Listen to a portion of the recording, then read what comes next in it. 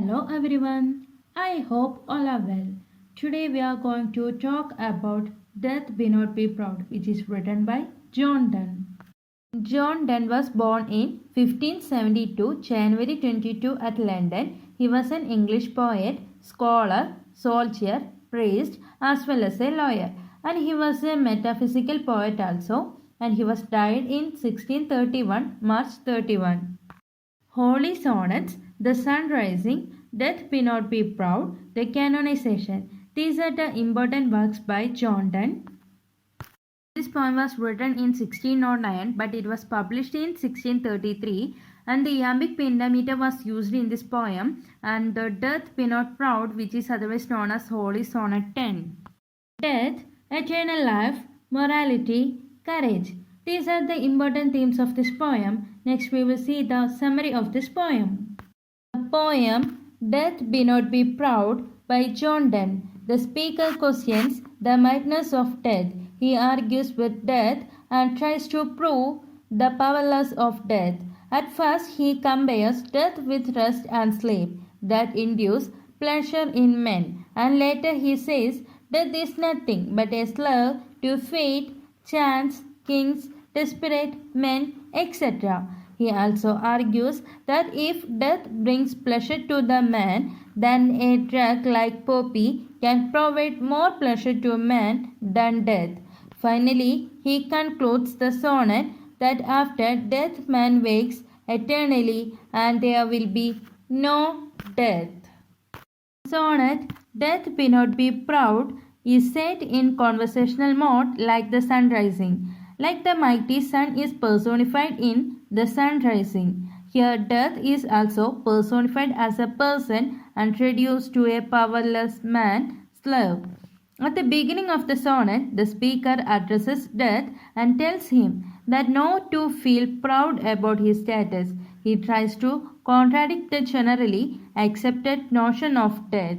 When someone's end moment arrives, it doesn't neither wait nor listen to anyone or anything. No power of the universe can stand against death. Therefore, death is called powerful. The death takes everything away from a person's life, his time, his memories, etc. In a nutshell, death brings a full stop to his existence. Death brings sadness to people's lives, and death is the ugly truth of man's life that no one can deny.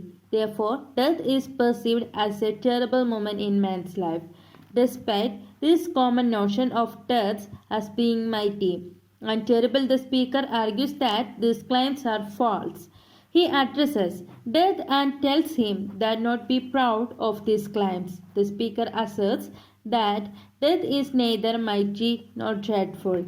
It is again commonly accepted that among men that death overthrow man. Death pulls down man's time from him by force and man can't do anything about it. The speaker says that those whom he thinks that he overthrows in reality don't die. Here he addresses death as poor death. Neither death kills them nor death can kill the speaker. The speaker feels pity for death. This is a Christian element in the poem. In Christianity, it is believed that after death the soul leaves the body and it goes to heaven to live with God. This is the point of view that I have just mentioned above. The speaker argues that when the good people die, there is no cause of concern. Death becomes a mediator between life and eternal life. It delivers the soul that is good for man.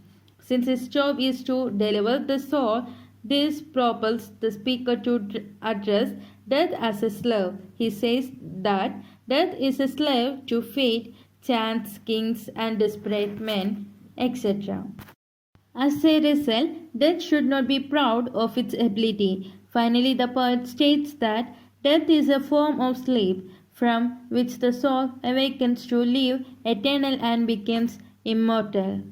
I hope you liked my video. So